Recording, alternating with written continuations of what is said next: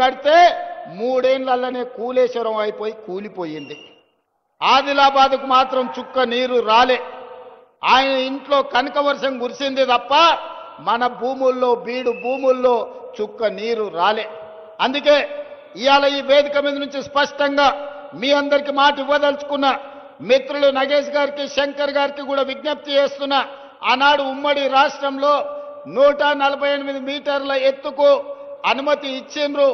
కానీ ఆనాటి ప్రభుత్వం 152 మీటర్ల ఎత్తుకు అనుమతి ఇస్తే ఆదిలాబాద్లో పెద్ద ఎత్తున సాగునీరు అందించొచ్చని ప్రణాళికలు ఉన్నాయి.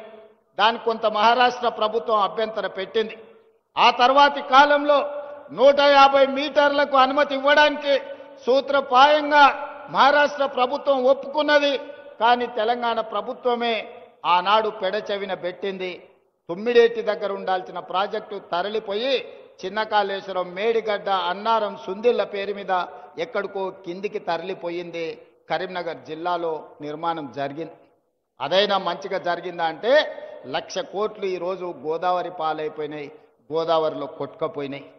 పాపం ఊరికే పోదు అన్నట్టు ఈరోజు ఎన్ని బాధలు పడుతుర్రో సూరు. సొమ్ము వచ్చిన తర్వాత సొంత పిల్లలే కత్తులతో పొడుచుకుంటారు.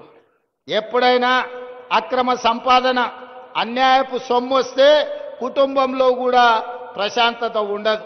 ఇవాళ కండ్లతో చూస్తున్నాం. బిడ్డో దిక్కు, కొడుకో దిక్కు, అల్లుడో దిక్కు, ఆయన శాతగాక ఎక్కడ వండుకున్నాడో మీరు అందరు చూస్తున్నారు. ప్రజల సొమ్ము తిన్నోడు ఎవడు బాగుపడడు. ఇవాళ ప్రజలకింత చేస్తే మనం ఏదన్నా దాంట్లో బుక్క తిన్నామంటే అర్థం ఉంది. కానీ ప్రజలందరినీ ఎండబెట్టి పండబెట్టి ఉన్నదంతా మనమే తింటే నాది నాదే, నీది కూడా నాదే అన్నాడు చరిత్రలో ఎవ్వడు బాగుపడ్డాడు లేడు. ఇవాళ నడుస్తున్న చరిత్ర కూడా అదే. ఇవాళ పైసల పంచాయతీ తప్ప వాళ్ళ ఇంట్లో ఇంకో పంచాయతీ లేదు.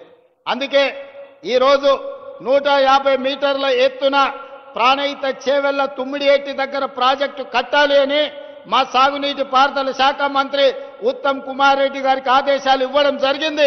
ప్రాజెక్టును అంచనా వేయడానికి నిన్న మొన్ననే టెండర్లు పిలిచినాం.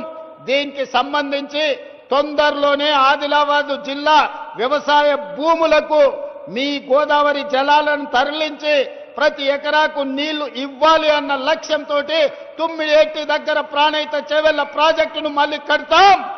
ప్రారంభోత్సవానికి, పనుల ప్రారంభోత్సవానికి తిరిగి నేను వస్తా అని తెలియజేస్తున్నా. ఆనాటి నిర్లక్ష్యాన్ని సరిదిద్ది ఈనాటి ఆదిలాబాదుకు సాగునీరును అందించి ఈ ప్రాంత రైతాంగాన్ని ఆదుకునే బాధ్యత ప్రజా పాలన ఇందిరమ్మ రాజ్యం తీసుకుంటది.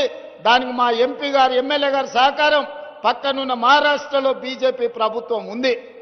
మా మిత్రులకు పెద్ద ఎత్తున ఢిల్లీలో పరపతి ఉంది. వాళ్ళ పరపతి కొంత వాడితే మన ప్రాజెక్టులకు అనుమతి వస్తుంది.